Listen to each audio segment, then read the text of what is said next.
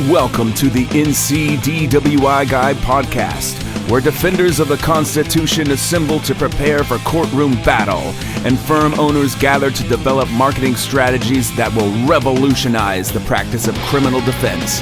Here's your host, the NCDWI guy, Jake Minnick. Hello, fellow freedom fighters, and welcome to episode 232 of the NCDWI Guy podcast. The order to abandon ship was given at 5 p.m. For most of the men, however, no order was needed, because by then everybody knew that the ship was done and that it was time to give up trying to save her. There was no show of fear or even apprehension. They had fought unceasingly for 3 days, and they had lost. They accepted their defeat almost apathetically. They were simply too tired to care. The general feeling of relief at being off the ship was not shared by one man, at least not in the large sense. He was a thick-set individual with a wide face and a broad nose, and he spoke with the trace of an Irish brogue. During the hours it took to abandon the ship, he had remained more or less apart as the equipment, dogs, and men were gotten off. His name was Sir Ernest Shackelton, and the 27 men he had watched so ingloriously leaving their stricken ship were the members of his Imperial Trans-Antarctic Expedition. The date was October 27th, 1915. The name of the ship was Endurance. The position was deep in the icy wasteland of the Antarctic's treacherous Weddell Sea, just about midway between the South Pole and the nearest known outpost of humanity, some 1,200 miles away. Few men have ever borne the responsibility Shackleton did at that moment. Though he certainly was aware that their situation was desperate, he could not possibly have imagined then the physical and emotional demands that ultimately would be placed upon them, the rigors they would have to endure, the sufferings to which they would be subjected. They were, for all practical purposes, alone in the frozen Antarctic seas. It had been very nearly a year since they had last been in contact with civilization. Nobody in the outside world knew they were in trouble, much less where they were. They had no radio transmitter with which to notify any would-be rescuers, and it is doubtful that any rescuers could have reached them, even if they had been able to broadcast an SOS. It was 1915, and there were no helicopters, no weasels, no snowcats, no suitable planes. Thus their plight was naked and terrifying in its simplicity. If they were to get out, they had to get out themselves. And that right there is a couple of passages from the first chapter of the book Endurance. This was written by Alfred Lansing and is about Ernest Shackleton's incredible voyage, getting his 27-man crew all safely home. And it's one of the most incredible books of the human spirit that I have read ever, certainly in my adult life, but it's just an unbelievable testament to the power of human beings and what human beings can accomplish in the most desperate of circumstances.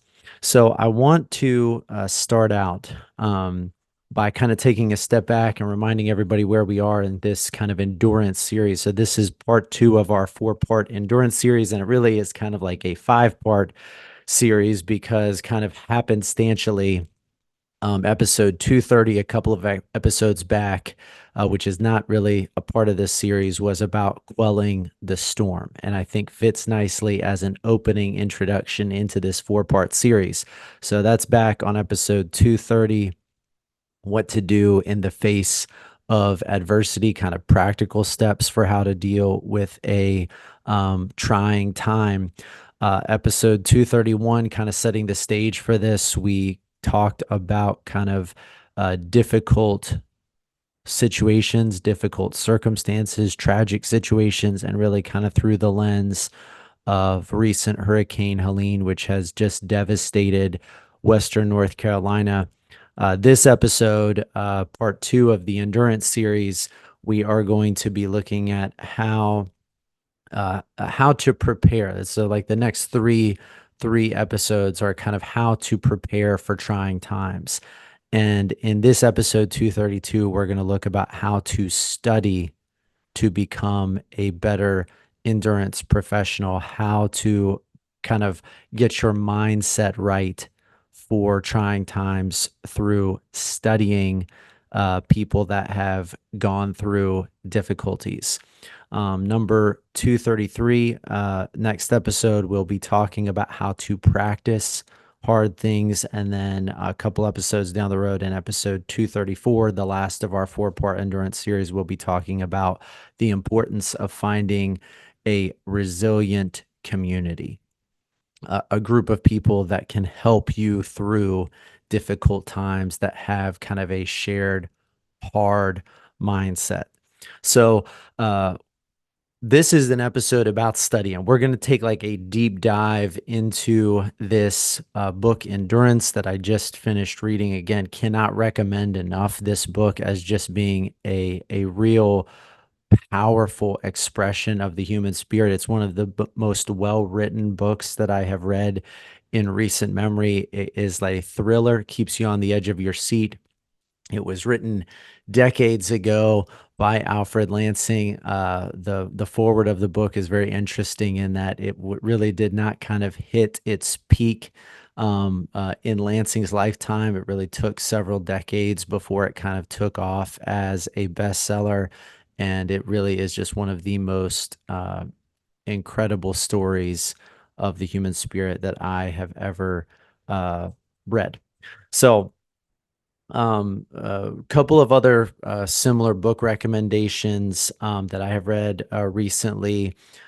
Can't Hurt Me by David Goggins, really powerful lens into somebody that grew up with a kind of horrifically kind of evil set of circumstances and came through that on the other side, and how um, David Goggins basically was able to turn his life around and create kind of not only a hard machine of a body, but also kind of more importantly, much more importantly, a hard mind. Um, a book that I have sent to several clients that had to serve lengthy jail sentences is a book called Unbroken. It's been turned into a movie. It's by Laura Hildebrand. It's about Louis Zamperini, who was a Olympic runner that then went and served in World War II, and just his kind of journey through his life, goes through his childhood, but then also focuses on his experience as a prisoner of war in a Japanese war camp, and just the mental toughness of kind of being having his plane shot down, how he survived on a raft in the middle of the Pacific Ocean, and then ultimately ended up in a prisoner of war camp and was just kind of brutally treated in that camp. It's been something, again, that I have sent to a couple of clients that were serving lengthy sentences, because I think it's just such a powerful testament to being able to overcome the worst of environments. Um, it's a trio of kind of World War II related readings here, but The Diary of a Young Girl by Anne Frank also has a lot of good, powerful mindset about being in a difficult situation. And then maybe the most kind of philosophic look at this, and this is one that probably many of you have read, but Man's Search for Meaning by Viktor Frankl. I just read that one a few years ago. It hasn't been that far removed, and just found so much power in his words in terms of, again, how to create a mindset of overcoming difficult circumstances. So you're going to hear a lot of page flipping during this episode as we walk through endurance. But why I think that it's important to kind of take a deep dive is that if we study people going through desperate times, through difficult circumstances, life-threatening circumstances, leadership, worst case scenarios in terms of being responsible for other people. It's just such a powerful way of being able to prepare the mind for when the shit hits the fan, because the shit is going to hit the fan. That's just a absolute certainty. There's going to be difficult situations that come up, difficult problems that you're going to have to face in practice, in life. And the way to prepare for that is to study, that we're going to talk about in this episode, study the lives of people that have done it. Practice it in your own life. We're going to talk about that in next week's episode, and then find a resilient community, which we're going to talk again about in a couple of episodes down the road. So I am going to be reading a lot from Endurance by Alfred Lansing about Ernest Shackelton, but I'm also going to have reflections as we go through this that are connected to leadership and business. But to kind of set the stage, Ernest Shackelton was planning to become the first explorer to cross the Antarctic continent. There had already been somebody at the point of his expedition that had reached the South Pole, so that had been kind of claimed as a explorator's achievement or explorer's achievement. But what had not been claimed was the crossing of the continent of Antarctica. And so he was trying to become the first explorer to make that trans-Antarctic crossing. And so the book begins with his ship being stuck in the ice and ultimately crushed. So it begins in the middle of things, but then quickly shifts gears to setting the stage for how he went about kind of getting support for this. So took a lot of time on Shackleton's end to gain financial support and the confidence of both kind of royalty as well as the confidence of financial backers to get his expedition funded. So this is kind of before they set sail. The whole undertaking was criticized in some circles as being too audacious, and perhaps it was. But if it hadn't been audacious, it wouldn't have been to Shackleton's liking. He was above all an explorer in the classic mold, utterly self-reliant, romantic, and just a little swashbuckling. So it gives you a little insight into the characteristics of an entrepreneur. I mean, I think that these are definitely the characteristics of an entrepreneur: utterly self-reliant, romantic, and just a little swashbuckling. I think that that describes many people that have decided to hang their own shingle in the criminal defense world and take the leap into starting their own law practice. In terms of, again, kind of getting other people on board, again, there was a lot of issues getting financial backing, and that was a painstaking process for Shackleton. But what was not painstaking was getting people to sign up to become members of his crew. So just want to read a little section on that. In contrast to the difficulties in obtaining sufficient financial backing, finding volunteers to take part in the expedition proved simple. Once Shackleton announced his plans, he was deluged by more than 5,000 applications from persons, including 3 girls, who asked to go along. Almost without exception, these volunteers were motivated solely by the spirit of adventure, for the salaries offered were little more than token payments for the services expected. They ranged from about $240 a year for an able seaman to $750 a year for the most experienced scientists. And even this, in many cases, was not to be paid until the end of the expedition. Shackleton felt that the privilege of being taken along was itself almost compensation enough, especially for the scientists for whom the undertaking offered an unmatched opportunity for research in their fields. The interesting thing about this, again, the financial backing for the trip was difficult because the people backing it financially were looking for it as a monetary source. So basically, Shackleton is trying to offer the right to write stories about the journey, to basically kind of publicize the journey, to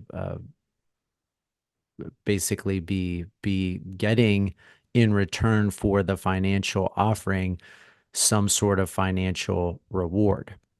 But when it comes to the crew members, the reward was being part of the journey itself. And again, 5,000 applications for basically what was in a lot of ways a suicide mission to the remotest part of the world to accomplish something that had never been done.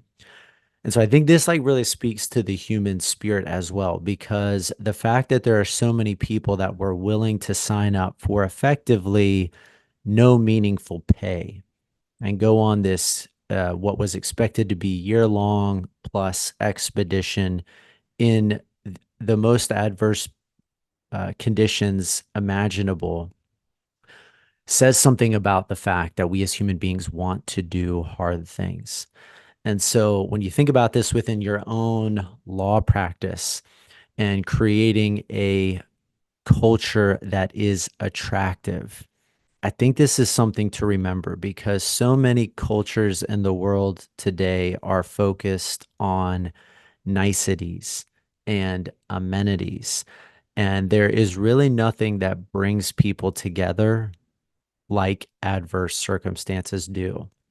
In a world where people, have nap pods in the workspace and, are offered all kinds of remote working, and there's ping pong tables in the break room and unlimited snacks or all kinds of free lunches, whatever it might be, laundry services that are within the organization. What can you do to set yourself apart that doesn't require you to spend thousands of dollars in amenities? I think one thing that is attractive, and especially attractive to the right kind of person, isn't a life of comfort and easiness, but a challenge, right? Not necessarily like posting, hey, if you come to our workspace, you're going to suffer. That's probably not gonna get a lot of people on board. But if you say, "Hey, look, we're trying to do something unbelievably difficult and unbelievably meaningful and unbelievably challenging," that creates an attractive work environment. Creates a very attractive work environment, and once the journey begins, Lansing really describes this. They were on their way at last, really on their way, and Shackleton was immensely relieved. The long years of preparation were over. The begging, the hypocrisy, the finagling, all were finished. The simple act of sailing had carried him beyond the world of reversals, frustrations, and inanities. And in the space of a few short hours, life had been reduced from a highly complex existence with 1,000 petty problems to one of the barest simplicity, in which only one real task remained: the achievement of a goal. This is why it's so powerful to be uniquely focused, uniquely driven, and also have a huge vision, a vision that can, again, attract the right kind of people. And I think in our modern world, in our modern American society, people are looking for a challenge. People are looking to be pushed because in challenge, in suffering comes growth. People want to grow.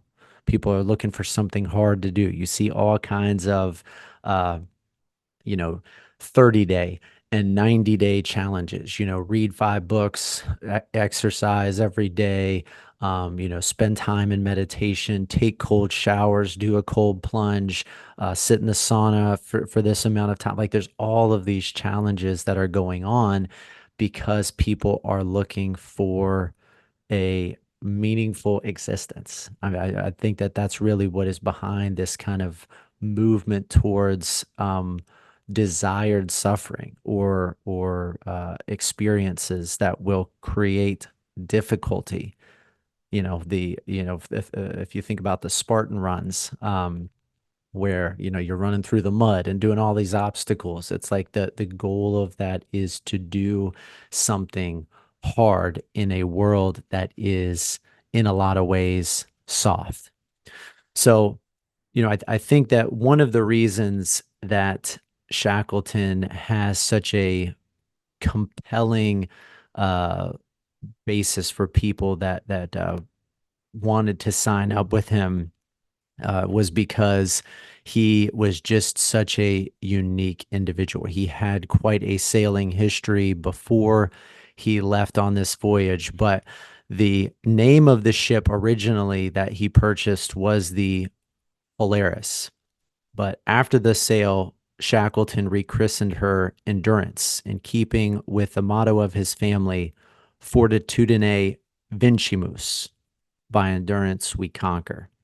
And I think, as I shared last time, Fortitudine Vincimus is the theme of our quarter at Minnick by endurance we conquer. Fortitudine Vincimus. Comparing him to a couple of obvious other famous explorers, Scott and Amundsen, this is such a interesting quote. This is from an anonymous source, but Shackleton merited this tribute. And this is something that somebody said about Shackleton. For scientific leadership, give me Scott. For swift and efficient travel, Amundsen. But when you are in a hopeless situation, when there seems no way out, get down on your knees and pray for Shackleton. The man known for doing hard things, overcoming adverse circumstances, getting through, was Shackleton. And I think that that's, again, such a, what are you known for? What are you as a leader known for? Obviously, that's a group of extremely renowned explorers at the time that Shackleton was alive. And so everybody has the thing that they are known for. Each one of us in our own businesses is known for, this particular niche within criminal defense or this size of firm. Maybe we're known for speed. Maybe we're known for communication. Maybe we're known for trying cases. Maybe we're known for uh, uh, being a great person to talk to, a good counselor, whatever it might be. But know that you have a brand. Know that you have something that people think about you when they think about you as a person and as a lawyer. You got to build your brand because people have built it up in their own brain. So if you're not trying to work on it and make sure that you're expressing yourself in the right way, your brand's gonna deviate from where you're hoping that it will go. So as they are headed towards Antarctica, the Endurance gets stuck in a ice pack, basically floating sheets of ice. Gets stuck between two of the sheets and basically literally can't sail any further. So it's been stuck in this pack of ice, and a number of the crew members are not worried because they think, this ship is going to be able to withstand any pressure. It's not going to sink. We'll be fine. And so this is a interesting little reflection by Shackleton about the circumstances of the ship being stuck in this pack of ice. Shackleton came upon a group of men in the Ritz, which is the name of their kind of like common room on the ship. Shackleton came upon a group of men in the Ritz, speculating confidently that the Endurance was equal to any pressure. He sat down at the table with them. Shackleton said there was once a mouse who lived in a tavern. One night, the mouse found a leaky barrel of beer, and he drank all he could hold. When the mouse had finished, he sat up, twirled his whiskers, and looked around arrogantly. Now then, he said, where's that damned cat? And this, again, is a warning against arrogance, right? A warning against overconfidence. Good leaders in the business world, good leaders in the real world are not overconfident in trying situations. No need to hit the panic button, but at the same time, from Shackleton's perspective, this is a bad situation, and believing that everything's just going to be okay, that the ship is not going to be crushed by the ice, is a problem. And you better have your expectations set in the right way, because if you believe that your ship will not be crushed by the ice, and subsequently it is, as happens with the Endurance, that is going to set you up for mental breakdown, because you thought to yourself, there's no way this ship is going to be crushed, and you haven't made the right preparations, and you haven't prepared your mind for what do we do when that happens. And so Shackleton, I think, again, even with this little parable, is effectively telling his sailors, look, we are in a bad spot.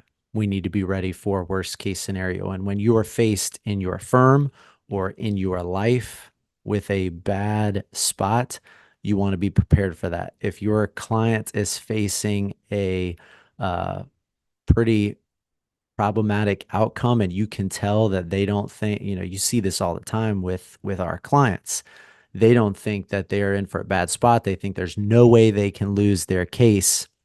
If you just go along with that, you are setting them up for problems. So this may be a good parable to use when you have a client that seems overconfident about their circumstances. Especially maybe good on a DWI case, because it specifically involves drinking beer and being overconfident based on that. So actually might be kind of like the perfect parable to offer. But definitely overconfidence, or really kind of arrogance, is a problem. So ultimately their ship does get crushed by the ice, and now they find themselves in bad circumstances. The plan, as they all knew, was to march toward Paulette Island, 346 miles to the northwest, where the stores left in 1902. There was a prior ship that had gone up to Paulette Island and left supplies. Where the stores left in 1902 should still be. The distance was farther than from New York City to Pittsburgh, Pennsylvania, and they would be dragging two of their three rowboats, tiny little boats, two of their three boats with them, since it was assumed that they would eventually run into open water. They ultimately end up taking three boats, and literally these are like rowboats in the middle of some of the stormiest, worst seas that exist. But their plan after the Endurance is crushed is to basically trek across this gigantic sheet of ice that they are now like floating on in the direction of Paulette Island. And Shackleton basically advises his crew members to travel light. The work of packing the sledges continued the next day, and in the afternoon, Shackleton called all hands together into the center of the circle of tents. His face was grave. He explained it was imperative that all weight be reduced to the barest minimum. Each man, he said, should be allowed the clothes on his back, plus 2 pairs of mittens, 6 pairs of socks, 2 pairs of boots, and a sleeping bag, a pound of tobacco, and 2 pounds of personal gear. Speaking with the utmost conviction, Shackleton pointed out that no article was of any value when weighed against their ultimate survival, and he exhorted them to be ruthless, and ridding themselves of every unnecessary ounce, regardless of its value.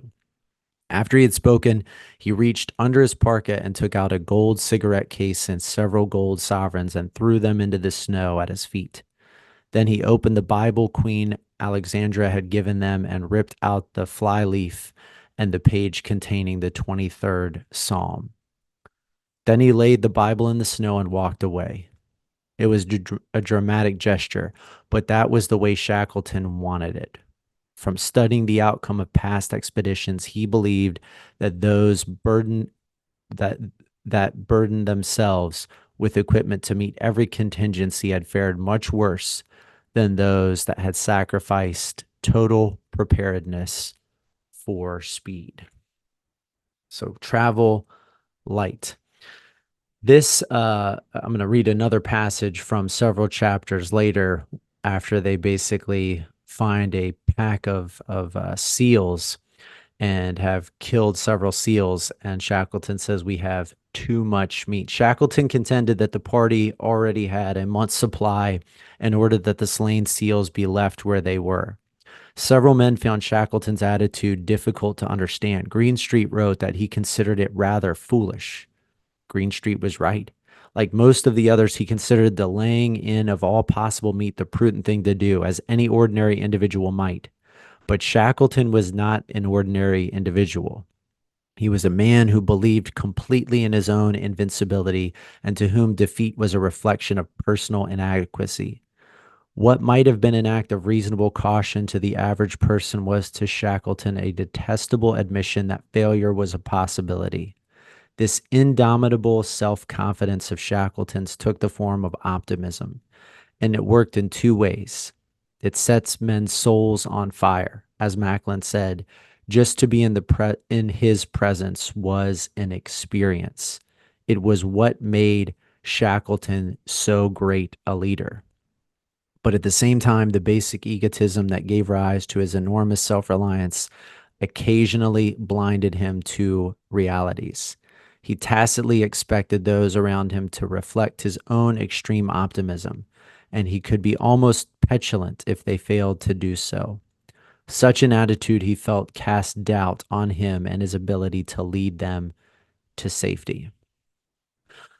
So again, this is an interesting couple of passages because, again, for Shackleton, you've got to basically travel light. And I think in the business world, the kind of comparable circumstances that as you grow, we're all traveling light when we first hang our shingle.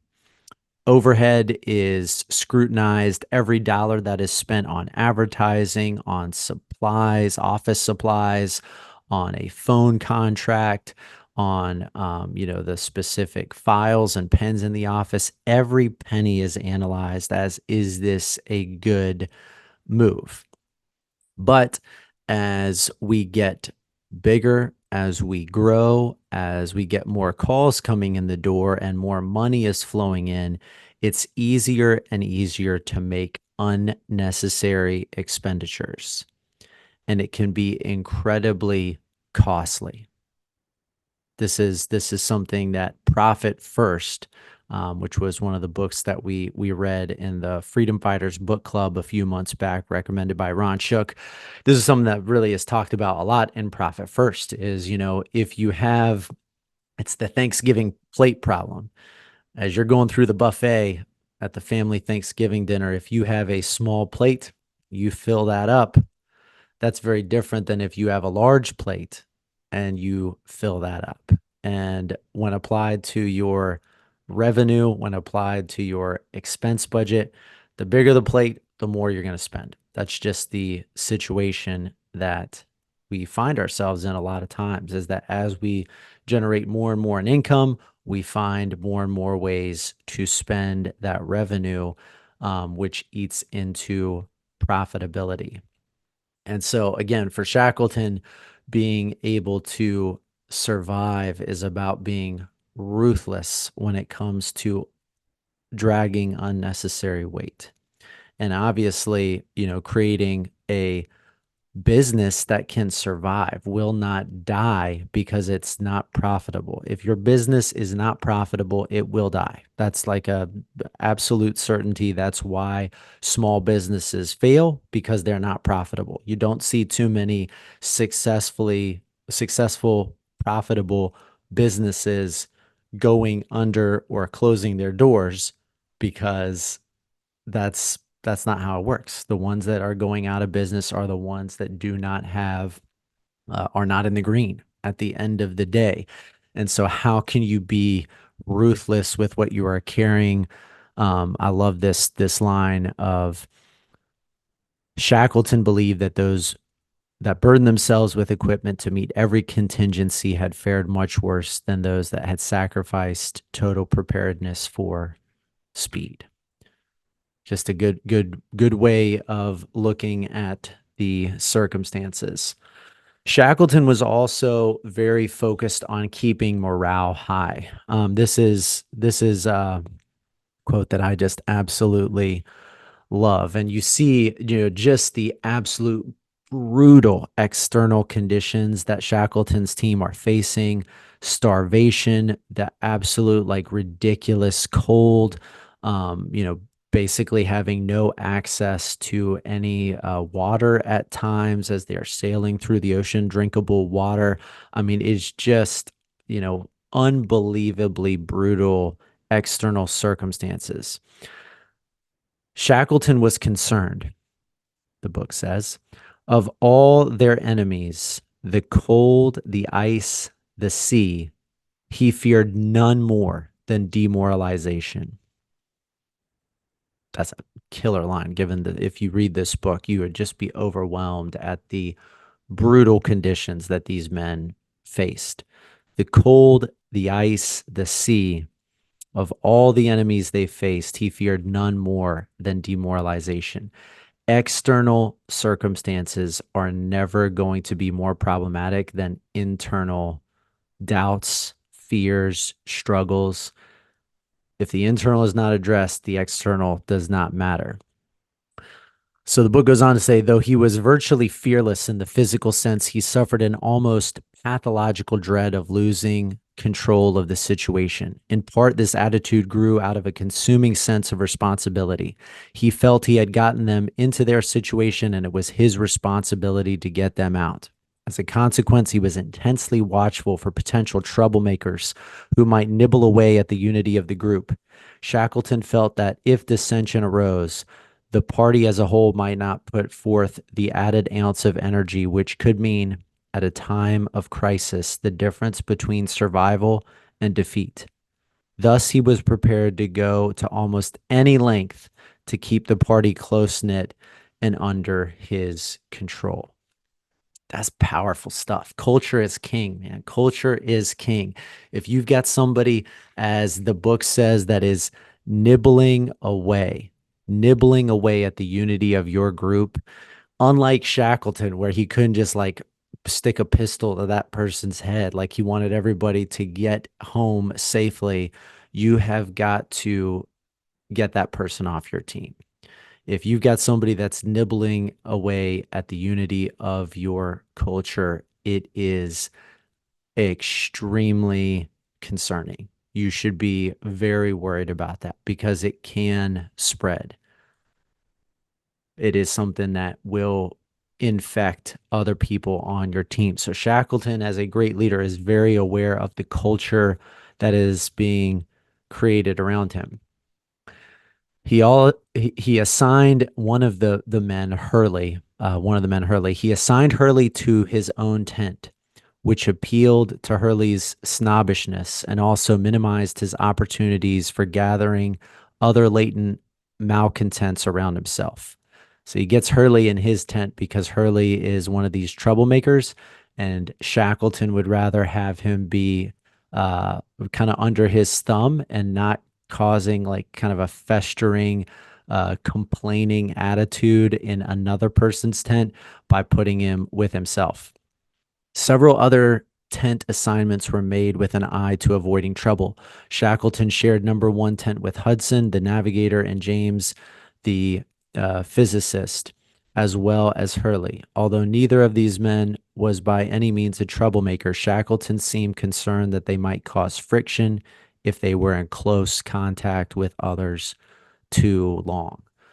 So Shackleton's very intentional about who he has in his tent, and it's not based on some sort of like political gain. It's who is going to cause problems in our desperate times, who's going to undermine, my leadership, create frictions and fractures, and ultimately cause a loss of leadership capital or create a pessimistic mindset among the crew.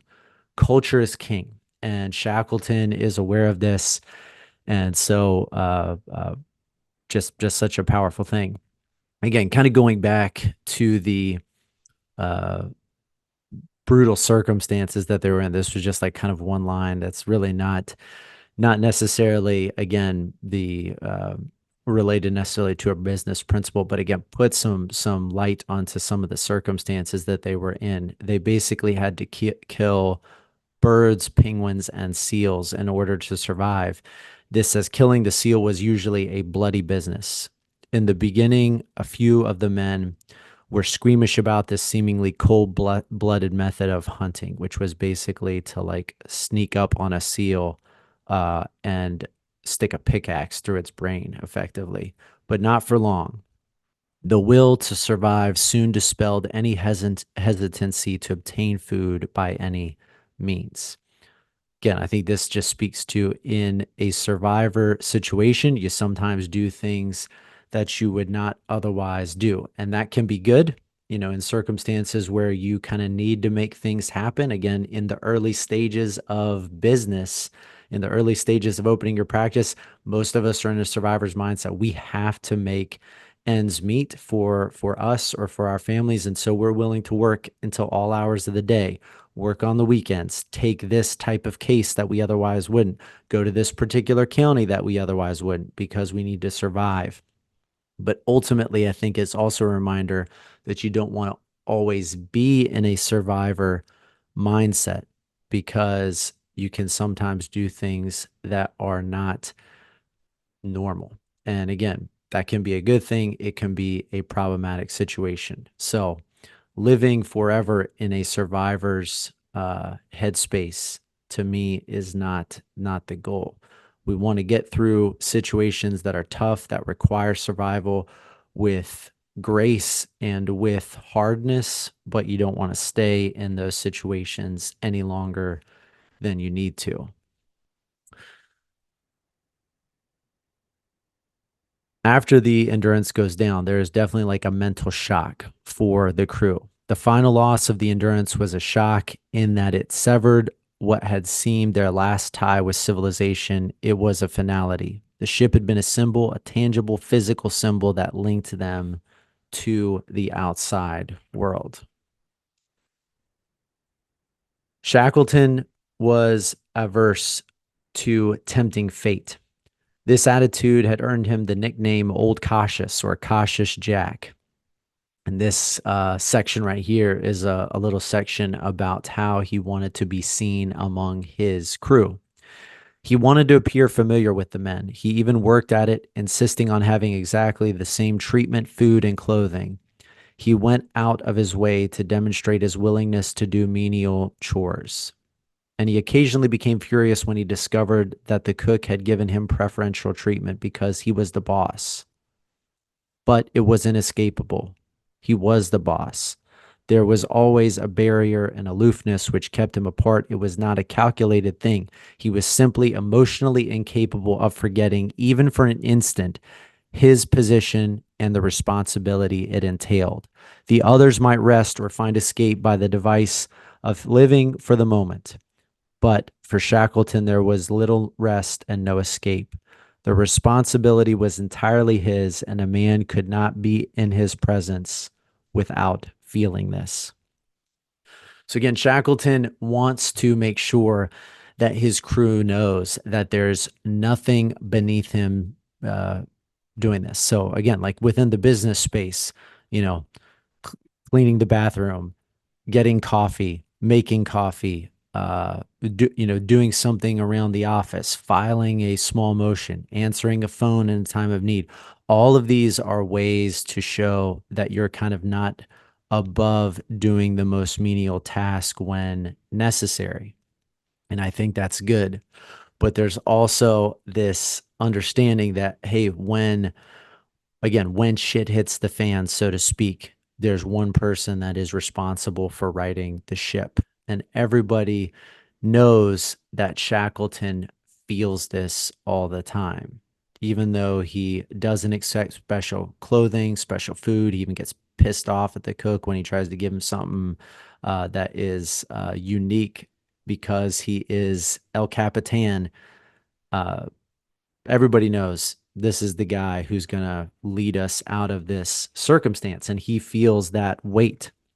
So definitely being among the crew and living the way that you're calling other people to live, I think that's the importance of that particular section.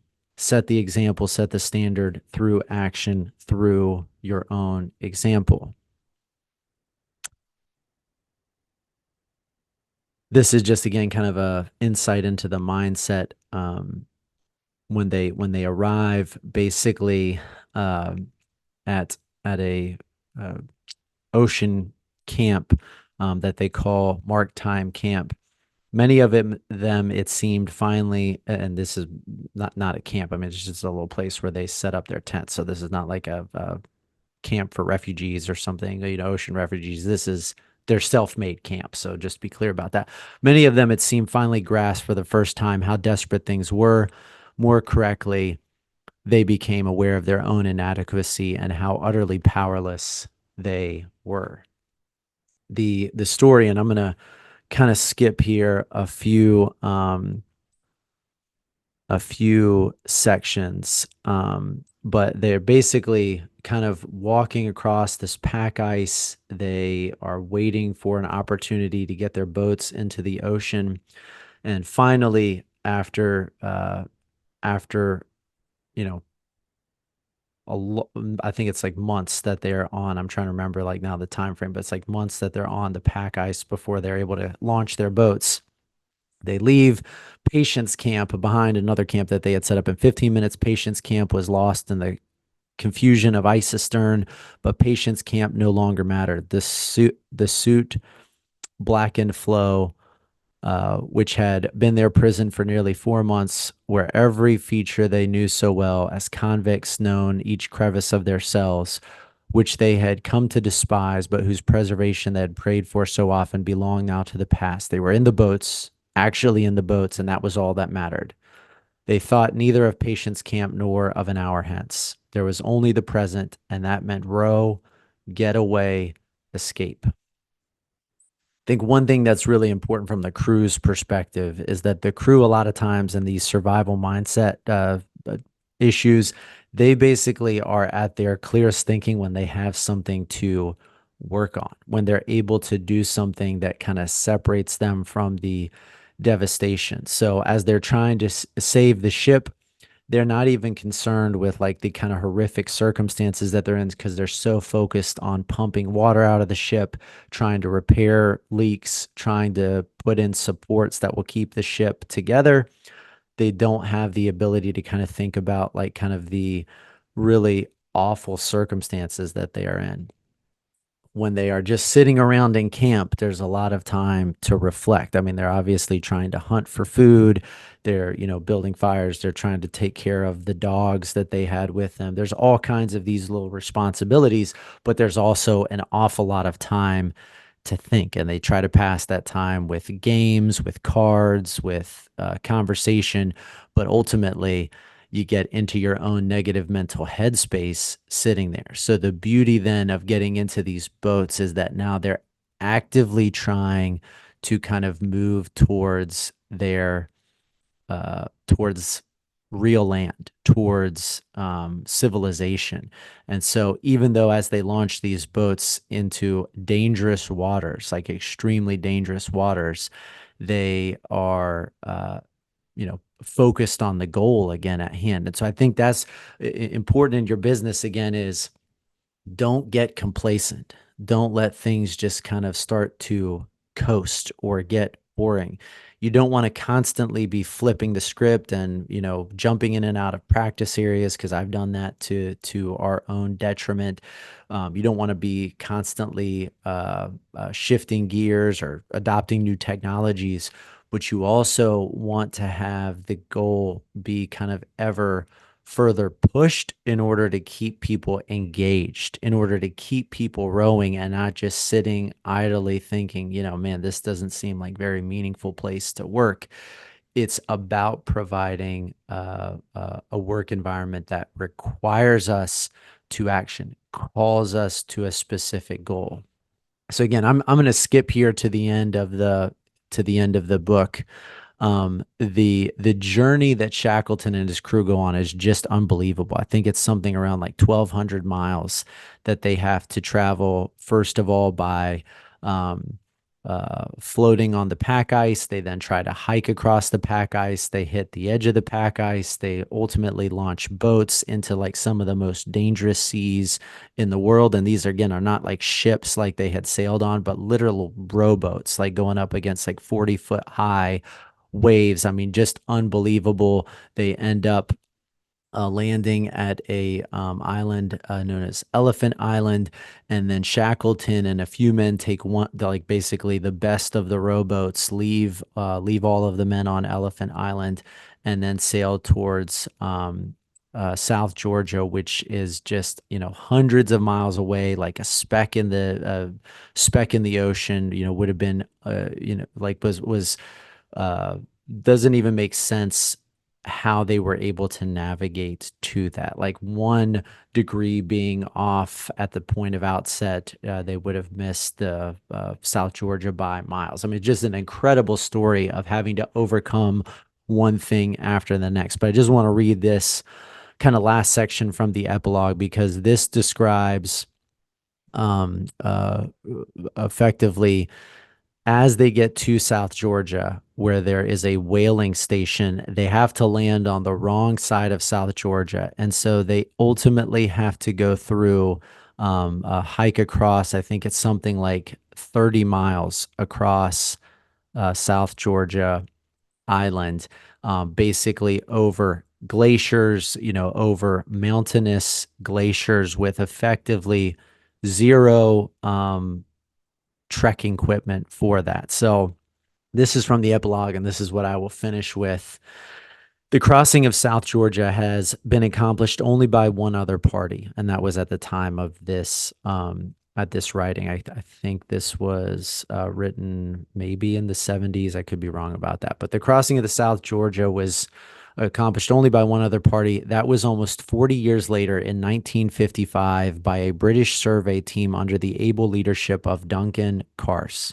The party was made up of expert climbers and was well equipped with everything needed for the journey. Even so, they found it treacherous going. Writing from the scene in October 1955, Carse explained that to make the crossing, 2 routes were available, the high road and the low road. In distance, Carse said, they are nowhere more than 10 miles apart. In difficulty, they are hardly comparable. We today are traveling easily and unhurriedly. We are fit men with our sledges and tents and ample food and time. We break new ground, but with the leisure and opportunity to probe ahead. We pick and choose our hazards, accepting only the calculated risk.